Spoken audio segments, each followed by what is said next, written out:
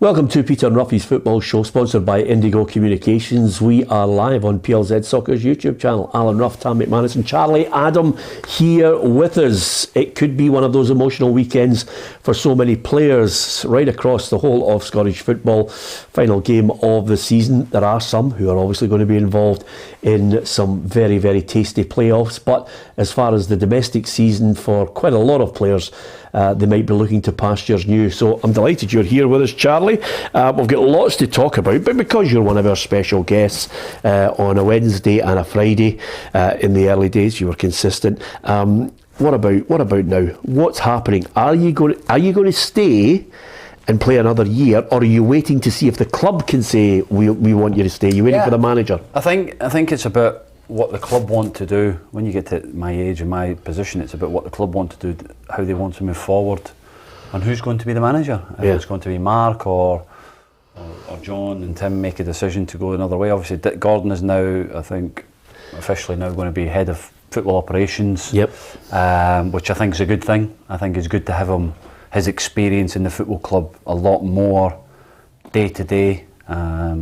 And being around the place. He's got a wealth of experience, and I love being around him. You obviously know him really well, and speaking about the game and getting to understand how coaching and management is brilliant for young players that are like myself or young managers coming in. So no, it'd be great for the football club going forward if you can get a more hands-on job looking to the future, and we'll wait and see what happens in the next couple of weeks. I'm going to the Europa League Final next week. Come back from that and I'll speak to the club and see what their plans are. Yeah, what a goal. What a goal. I mean, honestly, if they're writing a book, you're just coming up with them, week after week. Sometimes you're getting hauled off and then there's a wee story, and then sometimes there's a dive, and then there's of course the outside of the boot lefty into the back of the... What was going through your mind then, and what was the feeling like? It was... We were. To be fair, I felt we played well in the game. I thought obviously put a lot of pressure on Hibs, and we lost a goal second half, and then 1-1, and you come off the bench, and you try and make an impact, and I managed to do that. And I just felt I can either put the young boy back in the stand from where he was coming, or I think I'm just got to hit this and see what happens. And luckily for me, I hit it and it went in. And if I had to stop Monday morning, then what a way it would have to be to go out. And it was a good strike, and I'm glad that we got the win for the fans to hopefully finish the season in a positive manner and winning a couple of games, and looking forward to what happens next year for the club. Yeah, we always like a wind up with you. Did you shed a tear?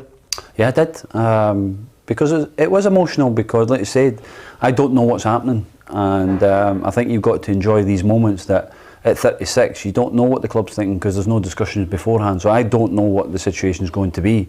It might be my last game. Would you like to stay?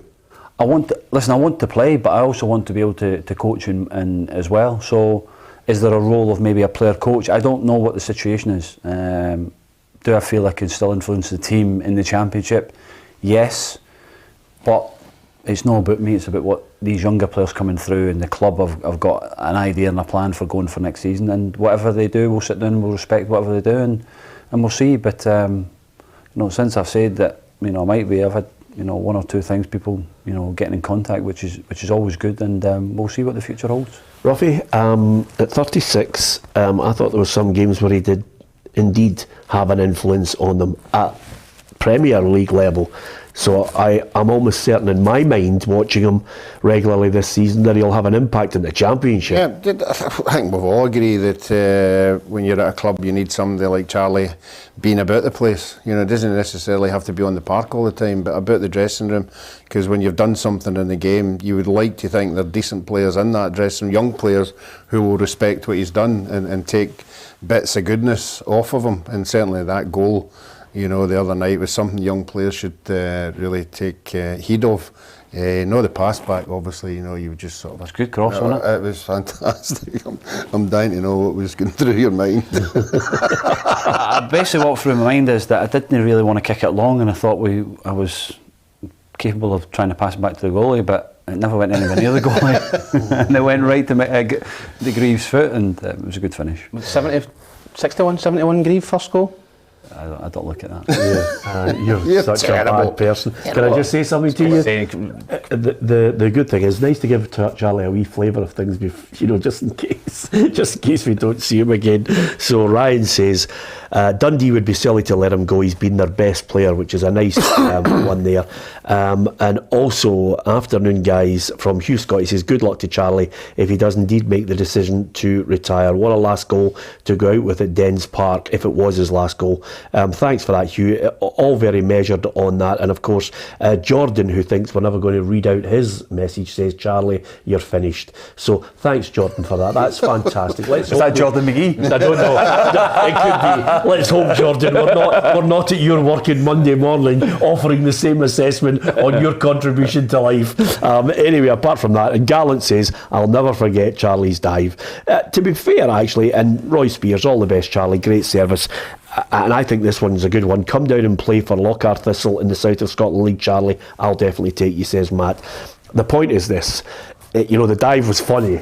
The pass across, fine, okay, that happens. But I think Dundee fans will look back, Tam, on this season and think, we've seen some players who have struggled, but this guy has given us a wee insight to the class. Some of the goals, the passes as well. Yeah, listen, I think you need somebody with a wee bit of magic in your team. You can't have a team of workers. You need somebody that's going to open the door and create something, whether that's a chance or a goal. And Charlie's still capable of that.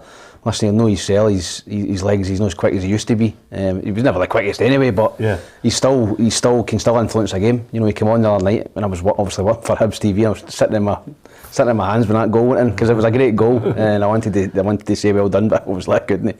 But no, he can still influence the game, and if he decides to retire, he's had a brilliant career, great career. And if he decides to give it another year, don't worry, he's still here. He's not dead, by the way. No, I'm just saying. Charlie, what's your? I'm not saying you are going to retire. What's your 3 favourite memories? The goal for the halfway line? In my whole career? I think I'd probably go for goal at Wembley, goal against Chelsea, and that Derby goal the other week. Yeah, the Derby goal was special. What about the right footer against Stuttgart? Nah, absolutely. Champions League? Okay. They should have been in that Champions League anyway. So it doesn't matter. Too many to look back on, Chaz, to be honest with you. Okay, we've stroked his ego for long enough. Yep. Let's get on to a couple of players who I think will find it really emotional, because Tom Rogic has decided that he's going to leave the club after 9 years. So is Nir Beaton. This is what Rogic had to say on the whole situation. I want to sincerely thank everyone at the club and all our fans for everything that has been given to me while I've been at Celtic. It's been a phenomenal journey with some magical moments. It has been an honour to be part of this experience. While I'm so sad to leave, I feel so proud to be part of a team that has delivered the title again for our fans. The club is in a great position, and I know the manager will take the club on and deliver more and more success. Celtic will always be in my heart and part of my life. And of course, Nir Beaton as well has decided that he will obviously, I think, favourite to go back home. And here's the stats on the two guys in question. Tom Rogic signed in 2013, 271 games, 46 goals, and a few of them were really important goals. 16 trophies he's won. And Nir Beaton signed in the same year, 269 games, 14 goals and 18 trophies won. So you can see their contribution, Roughie, has been enormous. Yeah, I thought Rogic had, with the new manager coming in, had given a new lease of life. I think if we were going to be negative with him, we always thought that he couldn't do the 90 minutes at the level, at the higher level, but he always had some class that nobody else had. The Beaton one, I think he was more suited to the European style of football. He wasn't a regular laterally, but that trophies is absolutely tremendous against anybody's CV. Yeah, I think a lot of fans will obviously show their affection for both players when they say farewell, knowing that, again, in the last maybe couple of weeks, I've spoken to a former Celtic manager and the current Celtic manager, and on both occasions it's a case of asking them whether they can really enjoy the moment. Ange Postecoglou may well enjoy the moment tomorrow of saying, thank you to the fans, enjoy the game, wave to everybody, get his kids out on the park. But then all of a sudden, with success, the expectation level goes up again and he has to do something extra special next season. Yeah, I think this season he's obviously, when he came in, I don't think the expectation levels were high at all. I think a lot of supporters didn't want him there, let's be honest. A lot of the media people, myself included, were questioning the decision from Celtic to get him in. So he's came in under the radar a little bit. I wouldn't say no pressure, but I think Rangers were favourites to win the league. And he's come in, he's had a poor start, but slowly but surely he's got his ideas over to the players, and I think you're right. I think the expectation levels next season, he's talking about this as stage 1, he's won the league, won the League Cup. Stage 2, stage 3, I mean, he's really setting a high bar for himself, so it's up to Celtic. I think Rogic and Beaton, they don't really fit into the way that Ange wants to play. They want to play high tempo, and those two are more football players. They like timing the ball, I don't want to be dismissive of Rogic and Beaton, but no, Rogic for me was a 1 in 4 player. He's a kind of luxury player. On his day he was very good, but I just think the way Celtic play front 3, midfield 3, you've got to have legs in that front 6. Charlie will probably agree with that, and that's the way they want to play. And those two are more footballers, ball players. And I just don't think they fit into the system long term. What Ange is going to want to get to. Yeah, and Beaton is a utility player in my mind as well. He was one of those guys that you could come on. You say, by the way, we're struggling. The right back's injured. You need to go on there, or go centre half, or sit in front of the back 4, or play a little further forward. He was that versatile. Yeah, I played against him earlier in the season. He was magnificent, strong, quick. Seeing the game, and I just think you get to a point in your career, like I say, been there 9 years. He's got young kids, and maybe an opportunity to go back to Israel and things like that. Rogic is a surprise for me. I think he's a terrific footballer. I think he's as good as what they have, but maybe just fancy a change. And because of that Australian passport, I think he's open to anything. He can go and play in the UAE or wherever he wants to play, really, and start working his way back to the A League and see where he goes. But it obviously means that Ange has got people in mind where he wants to go. And Tam was saying about there, the first day you become Celtic man, the pressure's on straight away because you're expected to win trophies. It doesn't matter, there was no time, there was no settling in. Yeah. If they had lost the title, there would have been questions asked. It doesn't matter because we never knew who he was. He was under pressure straight away, and to deliver the trophies that he did is an unbelievable achievement. But the pressure will ramp up a little bit more because they're in the Champions League and they'll have a few quid to spend. Before I get Roughie's thoughts on Postecoglou, can I ask you, in a strange, perverse sort of way, because these two go at it hammer and tong, Rangers, by winning the Europa League, if they do that, suddenly cranks it up again. It almost turns it up, even more for Celtic fans looking and saying, well, listen, we're looking to Ange to try and do this. Get his 3 or 4 half decent scalps in Europe. Yeah, absolutely. Rangers have done that in Europe over the last few years. Celtic haven't, and that will be the thing where Celtic will look to now try and go on a European run where they can compete in the Champions League. But they have to spend money and have to invest well. Ange's signings so far have been very good. But Rangers are in a predicament. If they do win the Europa League, they've got a number of players with 1 year left in the contract. They've got Conor Golson out of contract, which I don't think he'll sign the new deal. So they've then got a decision to make. Do we then sell possibly some of these players to make profit and go again and reinvest into the club? I think it's a big summer for both football clubs to pull away from everybody else in Scottish football. And the real big news that I think a lot of Celtic fans will be wondering about is, well, there's a new deal on the table apparently for Ange Postecoglou. Is this going to be a longer term one? Because this was a rolling deal that he'd signed, and a rolling deal tells you the club's uncertain about what's going to happen after Eddie Howe. I think the Celtic fans will be excited, because nobody saw him bringing in 4 Japanese players. That was right out of left field. Nobody saw that coming. So I think the Celtic supporters will be interested in which way he's going to go now. Obviously he's got his own ideas of how we're playing. We've already seen it's plan A and it's plan A, and that's the way he's not going to shift for in, whether he's getting beat or drawn or whatever.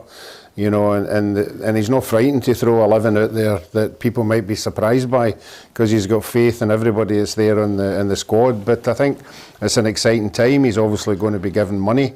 Both Rangers and Celtic are going to be given money, so it'll be interesting to see where they dip their toes in now. Yeah. I think if if Celtic do come out and give Ange a 4-year deal, it doesn't really matter. You're only as good as what your payoff is, what your exit plan is. If it's if you get a year's salary or whatever. So it doesn't matter if he's got a 4-year contract or 1-year contract.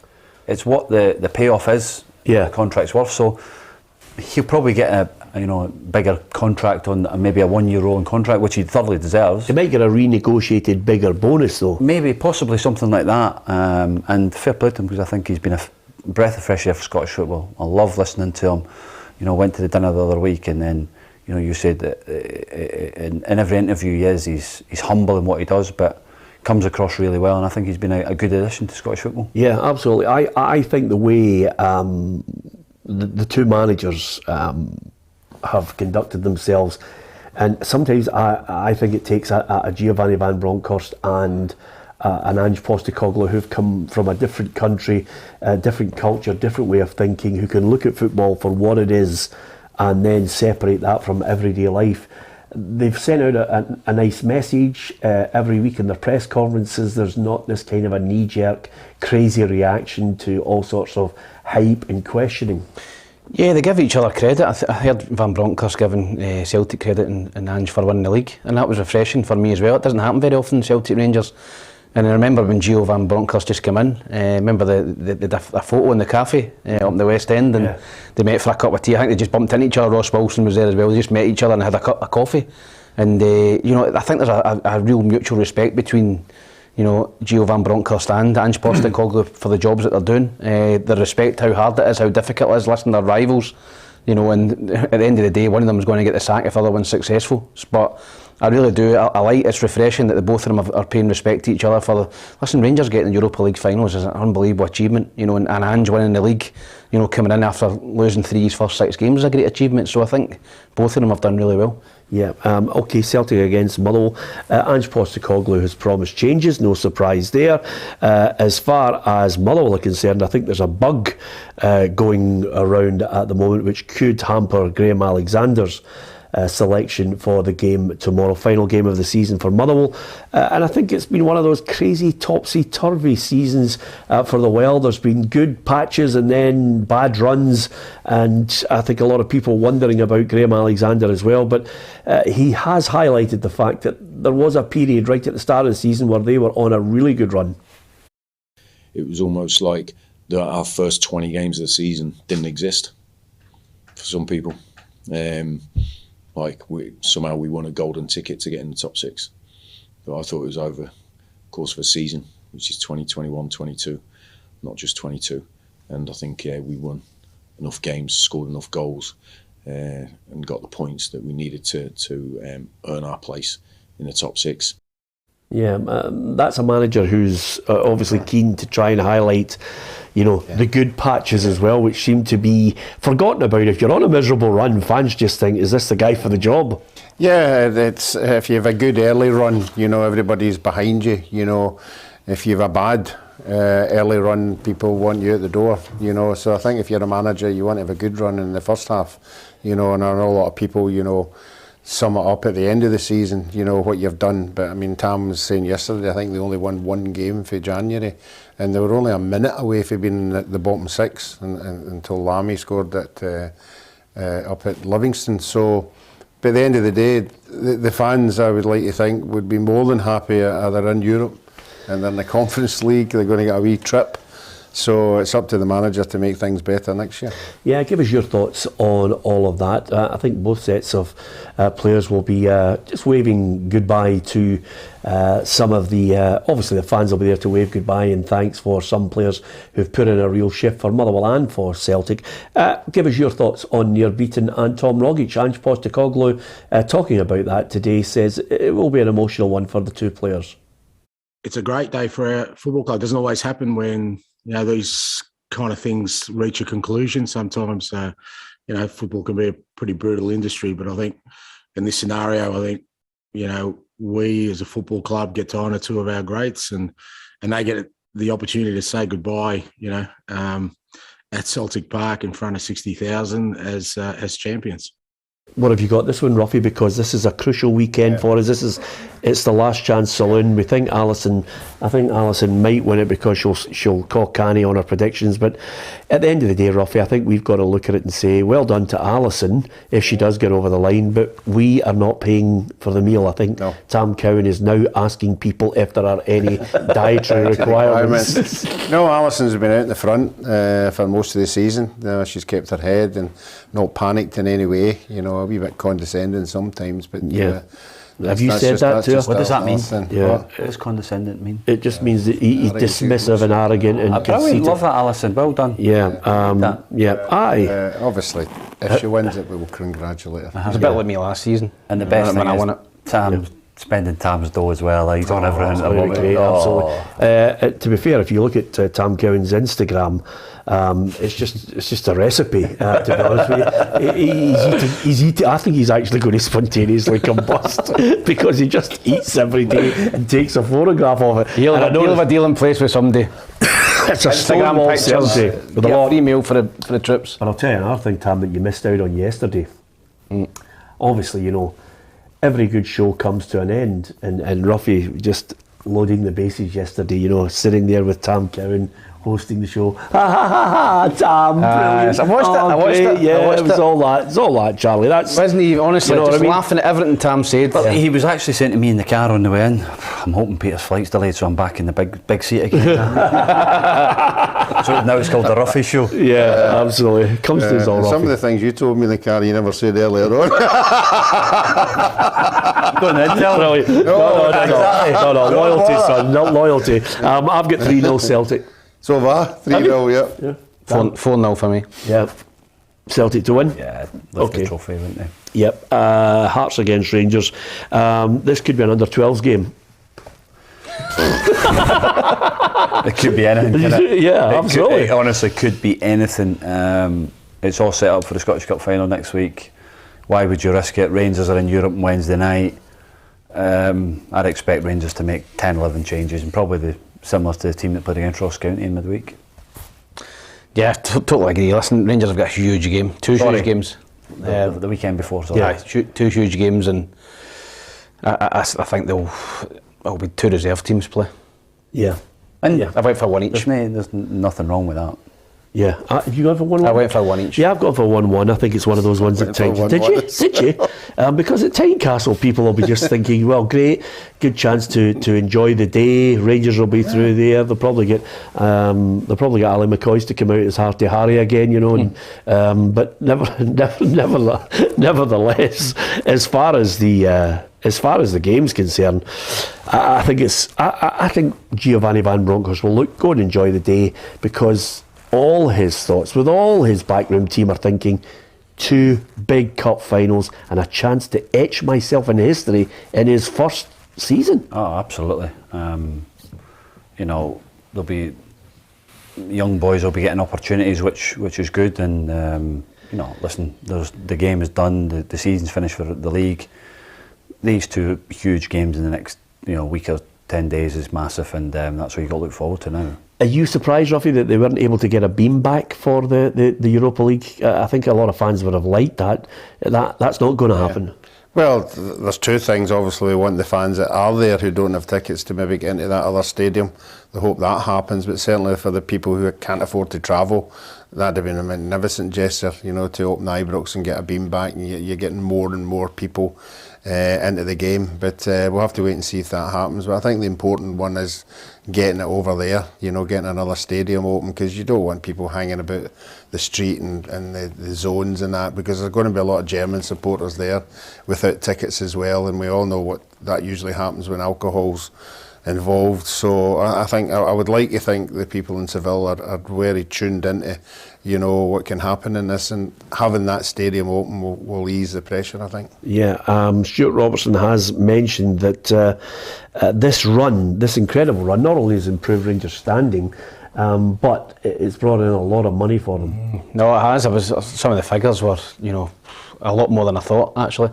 But when you think about the TV money, to get the Europa League Final, every country in Europe will be covering this game, TV rights. So, Rangers have, they've softened the blow of not winning the league by the run in Europe. I think if it wasn't for the run in Europe, you know, there'd be big problems, I think, financially for Rangers. But you know, they've had a great run in Europe, and they'll get that money, and they'll hope to get that Champions League money as well on top of that. So it could be a dream week for Rangers. And I think a number of players have caught the eye. This is another aspect of this as well. Certainly if you're gaining success, catching the eye, especially in European competition, then people start to look at your players and think, we'll have some of that. And of course, the other great thing from a financial situation, the Managing Director, Stuart Robertson, has highlighted here, as you can see from the European run. The run we've had now is probably slightly more than we would have had from qualifying for the Champions League. It's a terrific boost.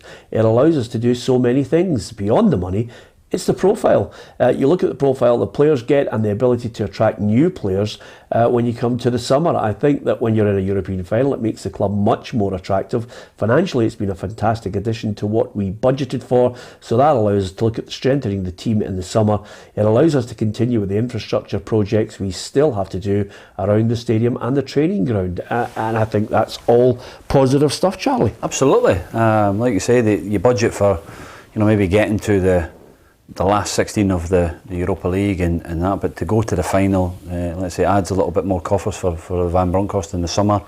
And like you say, being able to finish Edmonton house and whatever they want to do around the training ground, it's great. But deep down, they want to be in that Champions League. They want to be in with the big dogs. And the big thing is, if they do win the Europa League, they go to pot 1. So some of the teams that they're going to have to play will be great as well. So no, deep down, like I say, they'll be wanting to be in the Champions League, and they'll be given everything come Wednesday night. Yeah, and Ronnie Porter, who regularly watches the programme and contributes as well, says, Peter, that's why Rangers don't need to sell any players now. They have the financial rewards from Europe and TV rights, and I think it's a welcome boost, the money coming in. Ronnie, you're absolutely right. As far as Hearts are concerned, I wonder, Roughie, it'd be nice to see John Souttar out there, whether it's tomorrow or indeed the Cup final as a farewell. And of course, I think it's a valuable contributor to Hearts' chances of winning anything. Yeah, well, if they've any thoughts of him playing in the final, he's got to start playing. He's got to get game time, and tomorrow will be a perfect example for that, for him to get a run out there, and see, just to get back to the level that he was at. But it'll be interesting when we see the two teams, because there's no point in Rangers risking anybody, I would think. You can't throw anybody into that game with that final being so near. You can't afford a big player to pick up any kind of injury at all. So if I was a Rangers manager, I wouldn't be playing any of the 11 that I think we're going to play in the Cup final. Yeah, okay. I've got 1-1, you've got 1-1, you. What about you, Charlie? I'll go 2-2. 2-2. Oh, change. Oh, that's really good. 4 goals. Okay. Hibs against St Johnstone. This could be an emotional day for you, because it could be your last at Hibs TV before you move on to Derry City Live. Oh, listen, it's been a really tough season to watch the club. Obviously, watching all the games. For the club not getting the top 6, and you see the record of the teams in the top 6, it's been such a poor season from a Hibs point of view. The supporters are scunnered with it. There's no manager at the minute. Everything's pretty negative at the club. Does Lee Johnson excite you? That's the real talk now? Not really, to be honest. John Dal Thompson has been mentioned the last couple of days, and he would certainly have excited all the Hibs fans, with the record he had at Malmo. But I don't think that's going to happen, and I think it will be Lee Johnson. Done well at Bristol City, didn't do so well at Sunderland. He'll come up, he'll try and play football. From what Everton I've heard, he wants to play good football and get in the deck. But that Hibs squad needs ripped up. I spoke in the paper today. I think Hibs need to sign 10 or 12 players, and they probably want to keep 5 or 6, 7, 8 at tops, and they want to bring in another 12 players, and that is a big rebuild for any manager. Who do you think are the key players that maybe Lee Johnson should build the team around, or at least know that 3 or 4 of them are kept because they will play as starters? I think Ryan Porteous is obviously one. Josh Doig has been excellent this season. Chris Cadden. You're struggling. Joe Newell, yeah, but Newell and Jake Doyle-Hayes are very, very similar. You can't play 2 of them in the same team. Right. So I would keep one and get rid of the other. Strikers. They gave investment for Doyle-Hayes, huh? Yeah, striker, Nisbet, and then I'd bring in another 3 strikers. Sell Nisbet? No, I would keep Nisbet, but I would keep Boy Melkerson as a backup, and I would bin the rest. Yeah. I'd be bought to bring in 3 strikers. I'd be bought to bring in 3 wingers. Are you still a Nisbet fan? Yeah, I think he didn't have a great season, but I still think he's a good player, and I think he's definitely up to Hibs level. But as I said, Hibs need to strengthen every single department of the team. Every department. David Marshall, I think, is on his way, which would be a great signing. You need experience. The one I heard the other day was Aidan McGeady been linked with Hibs, so he could possibly come in as well. So listen, there's experience needed, there's pace needed, there's guile needed, because Hibs have scored 10 goals in this year, in the league in 17 games. Nowhere near good enough or entertaining enough for the Hibs supporters. If they get Aidan McGeady, he's a crowd pleaser, albeit he's in the twilight of his career. But if you are what I call a guy who can craft a pass, who can see the game around you and make it look simple, although it's a skill that you have, McGeady's the entertainer. He's top player. I don't know if has he been injured the season? He's been injured, yeah. I think he's still terrific. I see that when I've watched Sunderland on the TV at times, he's been very, very good, and I think he'd be good for Hibs. He's been linked with Hibs for the last I think couple of Marshall seasons. would be a brilliant sign. I think if you want to start having a foundation, your goalkeeper is important. If you have somebody like you say Marshall that can keep clean sheet, look at Craig Gordon, still competing at top level. Alan McGregor, Marshall is a wee bit younger, but getting older, be a terrific sign for Hibs. And like Tam said, I think that Hibs has too many similar players. Yeah, and I don't think they have enough flair. Yeah, they have to freshen it up a little bit, and they have to get the manager right. Yeah.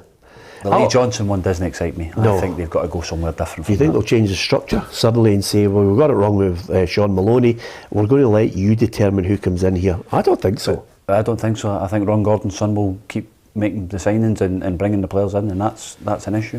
Roughie, Stephen Boyle doesn't agree with Tam. He says McGeady won't be in there if Johnstone is the manager, because he completely and utterly blew him out at Sunderland. But sometimes managers change when they get to another club and they think, okay, he's got something at this level. The one thing I always judge a team on, Roughie, is if you go to a game, especially sitting in the press box, I look and I say to myself now, if you go to a game, who puts the fear of God into the opposition? Who's going to do some damage? See the minute Boyle left, Hibs were absolutely bereft of anything. It was like a toothless tiger. I think everybody knew that. I think everybody knew that as soon as he left and as soon as Nisbet got injured. They were fighting a losing battle. I think Tom said Boyle was the player of the year this year for Hibs. And as long as he's been away, it just shows you how poor everybody else has been. But no, you're right. I always used to do that, and when I was playing, if the team lines come in, you used to look at the team lines and you would identify guys who were going to cause you trouble, the likes of the Coopers and all that. But no, there's a sad lark of entertainers, well, particularly this year in the lower teams. I think Rangers and Celtic and Hearts, I'd throw Hearts in, have given us good games this year, but everybody else has just been disappointed. Yeah, and of course in Johnstone, their mind will be on the playoff now, Tam. And Callum Davison, speaking about the game, said, listen, we've got to look to the playoffs. We don't really care who we get. I think both teams have been fantastic. I think Billy's team, he's managed to get a very good squad together. I think played really good football. And I think Dick Arbroath it's been a phenomenal story and how well they've done challenging for the title. So both going to be really tough games. So whatever team we come against, we've got to be our best to win it. Well, I'm going to watch this one tonight, Tam. Going to get the mad jammies on and sit there, because it's been a tough week. So I think I'm going to sit there and see. You'll be cheering for Dick? Well, I like Dick Campbell. He's a good lad, and I like Billy Dodds as well, because I played five-a-sides with Billy for many a year. He's a great lad. I don't know, it's a tough one to call. I'm Arbroath all the way. Yeah? I'm going to the game and I want Arbroath to win it. Are you going to the game? Yes, I want Arbroath to win it. Fantastic, by the way. Looking forward to it. You running him up? Hospitality? I'll be in the director's chairman's lounge. Oh, fantastic. Brilliant. Get looked after there, it's great, good club. Who do you think, no matter who gets there, it's finally balanced at the moment, 0-0. Is it a case of St Johnstone are still the favourites, or do you think there's a... Overwhelming favourites for me, St Johnstone. Overwhelming favourites. I don't think so. If they get Arbroath, I don't think so. I don't think so. I don't think so. What I've seen, why? Because I think Arbroath could beat St Johnstone over 2 legs. What is it about them? They've got heart, hunger, desire. They've got a lad in form in McKenna. They've got somebody who can nick a goal, who, you know, is player of the year in the Championship. For me, McKenna on that night could be the best player in the park. Yeah. He should be playing at a higher level. He's too good to be playing at Arbroath. Yeah. And I think that Arbroath can give St Johnstone a fright. Roughie. Over 2 legs. If I was St Johnstone, I wouldn't want to be going to Arbroath. You know, the environment in Arbroath. Forget about the weather. Yeah. They're a good side. They haven't. It's been May. beaten. The weather's good in Arbroath. Yeah, they haven't been beaten Arbroath that many times. The record's there for itself. And Charlie's right. They all fight for each other. I think tonight's game will be 1 goal in it. I don't think there'll be much, and I would think St Johnstone would rather than go and play in the Inverness environment than going to Arbroath in the second leg, having to get something out of it. There's an amazing stat, sorry, before you, Inverness Cali this season, they've never lost a game by more than a goal. Yeah. I've heard that stat there, I couldn't believe that stat the other night. They've lost, obviously, games, but they've never been beaten by more than a goal. Yeah. So I think that shows you how competitive they've been all season.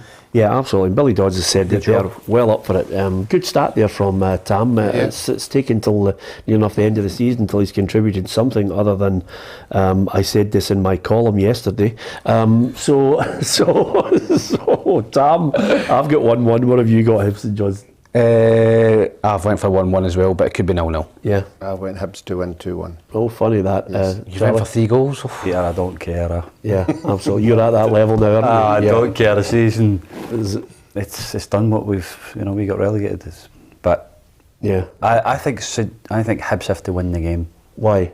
Because it gives them a little bit of a, you know, confidence going for next season. Some of these players, I hope they play some young boys. I really do. I think you talked about that. I've been banging the drum the last couple of weeks. Yeah, they're top of the under 18 league. They're flying.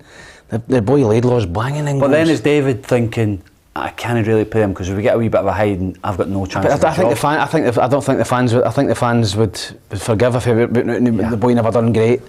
You know, I think they would get behind him, you know, and I think they need to give a couple of young boys an opportunity on Sunday. He's not going to lose, David Gray. He's not going to get the job. Yeah. You know, give a couple of boys that deserve it. And they deserve it because they've been top of the league. Okay, what about Aberdeen against St Mirren? It's always nice when a former manager goes back to his old club. I wonder what's going to happen. I think Jim Goodwin is hoping the St Mirren fans will give him a nice reception.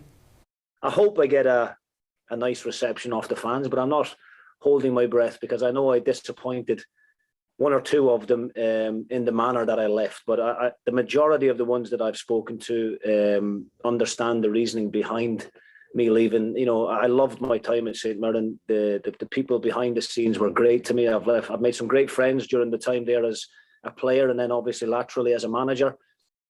Yeah, well, the St Mirren fans that make the journey, I think, will give them pelters because that's the nature of it, as long as it's not abusive. No, I think wherever you go, you're getting pelters. You know, wherever you leave a club. Yeah. I remember Henrik Larsson come back to Celtic Park for Barcelona and he was getting pelters for certain Celtic fans. Yeah, I think you'd have to name them. You'd need to write it down the back of a stamp. No, seriously? Yep, there was some Celtic fans giving him a bit of abuse. And that just shows you that there's no loyalty in football. I thought there was some Celtic fans cheered when he scored against Barcelona. They loved him that much. I'm actually looking at Tam and I'm thinking, what the hell are you talking about? There was a stony silence in the ground when he scored. Like Ronaldo went back to Old Trafford and he scored and he never celebrated that, but he still got clapped as he scored the goal. Absolutely. Yeah. It's just, there are moments when football fans actually, you know, do step up to the plate, and the decent fans, the majority, you know, actually get behind them. And I thought Liverpool and Man United fans, for the tragedy that had befallen Ronaldo and his family, I thought that was a tremendous show of class from both sets of fans. Yeah, no, it was unbelievable, and we were thinking that that might be the start of something different, but you know, recently in Scottish football, it's becoming the song and what's going on at the moment just keeps coming to the front again, and it's definitely. But this game, I think, it's a big game for Jim in terms of going forward next season. You know, he's only won 2 games in 11, and it's a huge summer for Aberdeen because he's going to lose a couple of good young players, and Ferguson probably and Ramsey as well. So he'll be looking to rebuild and giving players an opportunity to see if they're they're right for next season, but also he's got to bring a few players in if they want to try and get back in that top 6. Yeah, interesting that point there that Charlie's making on him, because I haven't seen any kind of kick when he came in. All I've seen is disappointment after disappointment, lacklustre performances, players that are not good enough to wear the jersey. Is Jim open to criticism for maybe going too early on some of them, that they said, they're just not going to feature? No, not. I think if I was in his position as well, I'd be wanting to get in and make sure that I was, demanding from players and, putting my rules down straight away. Yeah. This is what I want, and if you don't do it, you're not going to be here. I think there's a lot of players that Aberdeen doesn't want. I think that's clear. He's going to be clear out at Aberdeen, same as they're going to be clear out at Hibs when the manager comes in. A lot of players will not be there. And I think you've got to get in and be fair with people straight away. Listen, you're not part of my plans, and that's it. I don't think there was any danger of Aberdeen getting relegated or getting sucked into it. A lot of people thought they might have, but they're only 1 or 2 wins away and they've got them. And but I think next season, Aberdeen, Hibs, they've got to strengthen big time. Because it's unacceptable. I watched the game last week at Easter Road between the two of them, 2 poor sides, Aberdeen and Hibs. I'm watching the game thinking 2 teams in the bottom 6 here I'm watching, and the 2 of them were poor. So they've both got a lot of work to do in the summer. Yeah, absolutely. And you look, the last 3 games, St Mirren have managed to steady the ship. More positive signs for Stephen Robinson? Yeah, he was under a bit of pressure for a little bit, and Charlie used that with an assist. I obviously helped him getting the wins and back-to-back wins. So, no, it's. I think he'll do a good job there. I think he's done a good job at Motherwell. Yeah. It takes time to build, something different. Jim's obviously got a set way of playing, and he's obviously coming during the season, Stephen, and he'll look to change that in the summer. So no, I think they've done a wee bit of business early as well, getting lads on P contracts. So. No, I think Stephen Robinson was a good appointment for St Mirren. Yeah, I like both managers. I hope they can, do something really positive in the summer and get a chance to, stamp their beliefs on the team, their style, get the right players in, because it's been a tough old campaign for both of them. I've got Aberdeen to win 2-1, Roughie. I've got Aberdeen to win 2-1 as well. One each. Okay.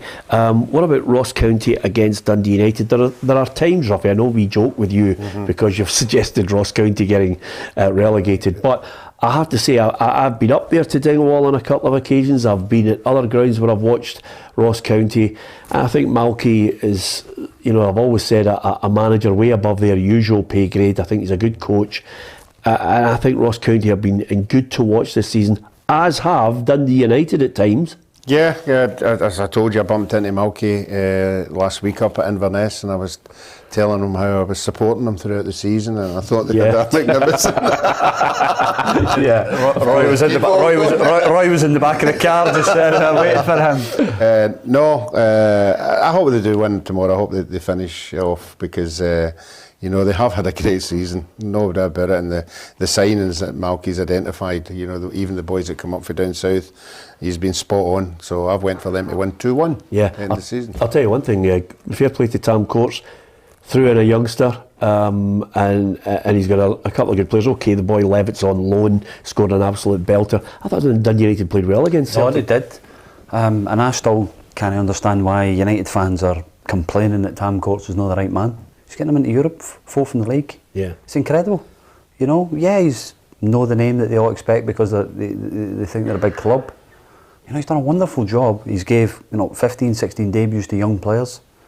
It's not always greener with a big name manager, and I think he's done a great job. And it's they're going to take a big support up there tomorrow. But I think Ross County will beat them. Yeah, I've got 2-1 Ross County. I fancy Dundee United. I was really impressed with them second half of the night. Right. I thought that wee boy Levitt's a tremendous player, very good. I'd be surprised if Celtic Rangers now looking at him. Yeah. And he's given. You're right. He's given young players an opportunity. They've invested heavily. We had Adam Ashkar and Big Andy Goldie up there. Invested heavily in the youth setup, and they're starting to see the fruits of that. And they're giving boys chances. That's what I was disappointed at Hibs the other night. Played the young boy, 16 years old, done really well second half. Boy McLeod. You know, Hibs have got boys like that in their youth setup and they'll give them an opportunity as well. So fair play to Tam Courts, he's giving young boys a chance and he's getting results. So I think he's done really well this season, Tam. And of course, if it was emotional in front of the home supporters, Charlie, what about Livingstone against Dundee? You fit and well? Fit well.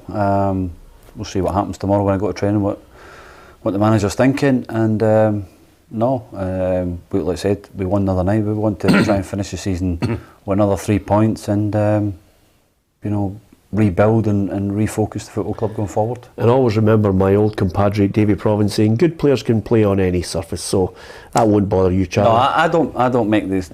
Everybody talks about when the Old Firm go there and say, oh, they're playing the Astro. I don't think you can make that an excuse now. It's flat, they water it, it's good, it's just about your mindset. And we're looking forward to it. We train it majority days anyway, so it doesn't make a difference. So no, it's I'm looking forward to it because I think Davey as well has to have a special mention. I think he's done brilliant as well, and they're a good side and they battered us at their place earlier in the season. So we need to try and go there and get a result. Yeah, is the mindset, and I'm not asking you to kind of a relay maybe some players thinking, oh well, I'm Offski. Is that still that ultimate professionalism? Everybody's saying, listen, no matter what the future holds, we want to finish on a high. You don't know what other lads are thinking. You talk about yourself, but if other players don't want to be there or they don't want to play, the simple thing is just go and see the manager and ask you don't know to play. And it's not hard. There is nothing to play for them. But if they think that they can go and get a move somewhere else in the summer, go and see the manager, don't play, and we'll go with whatever we've got. And if that is young players, then no problem. But listen, why would you not want to try and finish your season off with 3 points and go on your holidays with a bit of a smile on your face? And just on that little footnote about it, that good win against Hibs was one thing, and it was like the last chance saloon. Did it give you a sign that you were thinking after that win, if only we'd started to get it together earlier? Peter, we don't blame anybody else, we blame ourselves. We weren't good enough. Simple as that. We never scored enough goals and we conceded far too many goals. And that's the way it goes. It's you don't worry about everybody else. You do your own job, and if you do your own job right, you'll give yourself the best chance. And we never done it enough all season. And unfortunately, during the season, obviously we lost James after back-to-back wins, and it just latterly at the end of the season we never won enough football matches. And unfortunately for us, the consequences, we are relegated. But the club will now sit down, regroup, refocus, and look to go in a direction that I think is going to be a positive one. I think Gordon's looking for experience. It might not be Mark, but I think he wants an experienced manager to get them out of the Championship. Would you be open to them saying to you, look, there's a coaching part here as part of a team? That's discussions that we'll have next week. It's if they want me around the club, which would be great, but it's what Gordon and John are thinking. I don't know what they're thinking, and the situation is that we'll probably get the game out of the way. We've got a Player of the Year dinner at the end on Sunday night, and we'll go from there. Player of the Year dinner, yeah, big awards ceremony. Roughie, have you had a sniff? No, I've retired after last week. Yeah, I was actually meant to be doing the Dundee, a speaker at Dundee dinner a few years ago, and I pulled out and Roughie took my place. Yeah, did you have a mare? Fantastic, that was brilliant. Yeah, it was great. I'm still talking about it. Yeah, absolutely. Well, there's another one. It's another one. For a shocker performance. It's the last thing you want to hear if you've just been relegated as me talking. No, just you're low enough, Jonah. Yeah, absolutely. Well, another gig slips through our fingers, Roughie. There was a big earner there. Anyway, I've got Livy 2-1. So I've went Livy 2-1. I think obviously having been in the situation, Tam's been in the situation, your team's relegated. I get what Charlie's saying. Nobody's going to go out and not try to win the game, but with everything in the back of the mind, the players all meeting next week. Am I getting a contract? Am I not getting a contract? It's an unfortunate atmosphere at any particular club when that thing happens, when you get relegated, and it is very difficult to get yourself out of it.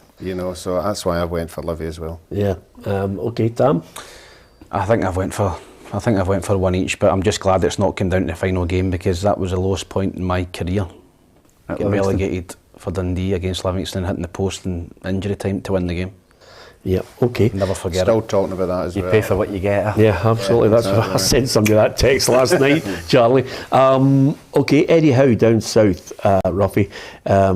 Just out of curiosity, we've talked about Premiership. That playoff game tonight, I'm going to go for Arbroath to win it. So I'm going to go 1-0. Yeah. Listen, 1-0 Arbroath. Okay, Charlie. I'm Arbroath. Yeah. I think Dick will do it. I'm going to go for a 1-0. Okay. What about Eddie Howe, nominated for Manager of the Year? What a turnaround that's been. Eh? As you know, my son-in-law is a big Newcastle United supporter. I did not know that. Did you not know that? No. And he's went through turmoil since Eddie Howe went there, and they had all given up the ghost. And I think everybody had, because of the situation we're in. Just shows you, the new manager comes in, new ideas, brings a couple of players in, 2 or 3, turns it round, but absolutely amazing. It was funny when he first came in. Eddie Howe, and he was struggling at first come in, didn't he? Couldn't get a win, and all the Celtic fans were going, dodged a bullet, not getting Eddie Howe, and all that. He's hopeless, and then now he's possibly manager here. What a job he's done. Well, with all due respect, he's been able to spend a wee bit as well. He has, but he's spent it well. I think he's worthy of it, because Newcastle are away from the danger area. Pep Guardiola, Jurgen Klopp, Thomas Frank, and Patrick Vieira. No David Moyes. Yeah. And I thought he'd have a chance of it, that you're running Europe and things like that. But Thomas Frank, obviously, Brentford coming up and staying up very comfortably. Patrick Vieira has done a decent enough job at Crystal Palace. And the 2 big boys are, competing for everything. So it's going to be hard to pick. I think it's down to if Liverpool can win that Champions League. I think that maybe Klopp can get it. I think I'm going for Klopp. Mm-hmm. Possibly, probably. I think obviously them getting beat in the semi-final, Klopp goes to Klopp. Yep. Graham Potter from me. Yeah, absolutely. Sometimes just a waste of time looking to the right hand side, Roughie, isn't it? Unbelievable. Yeah. What an opinion I'm giving you. Yeah. Graham Potter. Yeah.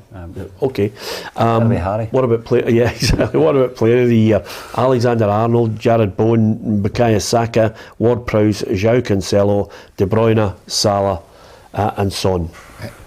I watched De Bruyne's 4 goals. I don't care what else he's done in the season. Yeah. That's good enough. That's good enough for me. One of his strikes were just. I don't think anybody saw it coming. Yeah. But him. It was just unbelievable. Imagine him and Big Haaland up front. Oh. It's going to be unbelievable, isn't Beautiful, it? isn't it? Yeah. Oh. What's your vote then? Salah. Yeah. Okay. Thanks very much to the guys for that. Just one little. Just quickly, Tam, your thoughts. I watched Tottenham against Arsenal. Oh my! That referee, he's an absolute howl. Yeah, he was soft penalty, red card. But Spurs, I thought Spurs deserved to win, and Harry Kane is. If I was Liverpool, I would punt Salah in the last year of his contract, and I'd go all out and try and sign Harry Kane. Wow, Salah? You punt Salah? Well, he's in the last year's deal. Is he going to sign a new deal? Yeah. I'd sell him and I'd buy Harry Kane. Oh, I don't think that's the case. They're thinking about that Benfica striker Nunez.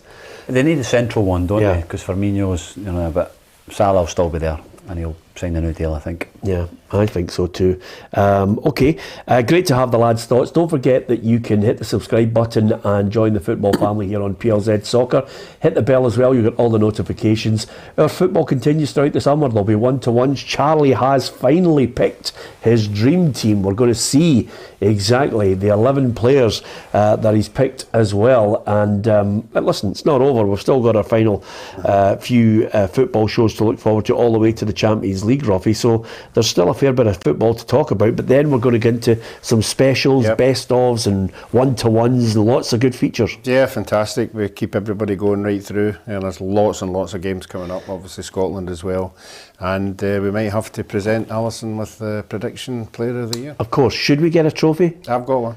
You've got a trophy? I've got one, yeah. Are you going to drop it off in the house? No. I'm going to bring it in here.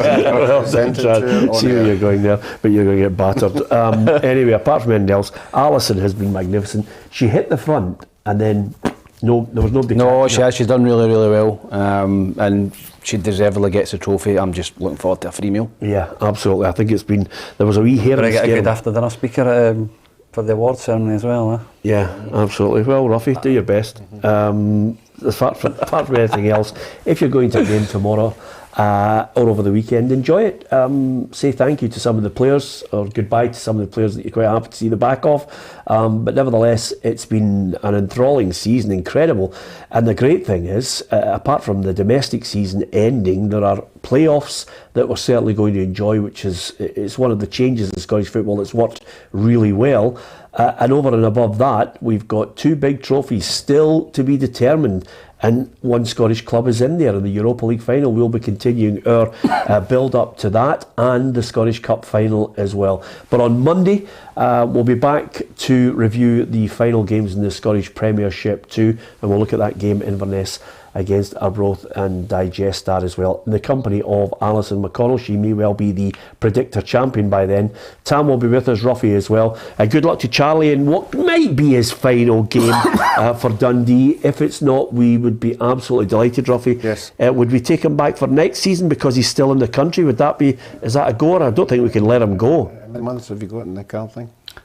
5 to go. Oh, well, let's go for it. It's only 5 months. Yeah, absolutely. You can drive him about for 5 months. Yeah. I think Charlie's done well, but I'm not sure I'd give him another year. Was that right? Nah, well, I think very well. I done a wee dive and I got this show the most viewings ever it's ever had. So yeah. I deservedly own a seat on this couch, Yeah. even if I'm not here. Charlie, there. I think you deserve Thanks, a seat Peter. on this couch. My long-time friend, and I'd like to thank the people who have absolutely leathered me for having him as a pal. But he's brought a lot to the programme. I hope you've enjoyed his crack as well. He's had a dive. He's had about 19 40-yard diagonals to the player's toe, and he's hit a few rakers as well. Doesn't get any One to better the than that. opposition toe as well. And he put an absolutely rip-roaring past distance. He redeemed himself with a scorcher against the Hibs. Doesn't get any better than that. That's what this show's all about. You get what you pay for. Big games for big players. Thanks to Roughie, to Charlie Adam, to, of course, Tam McManus, and from myself, Peter Martin. Join us on Monday, if you can, PLZ Soccer's YouTube channel. Don't forget to subscribe.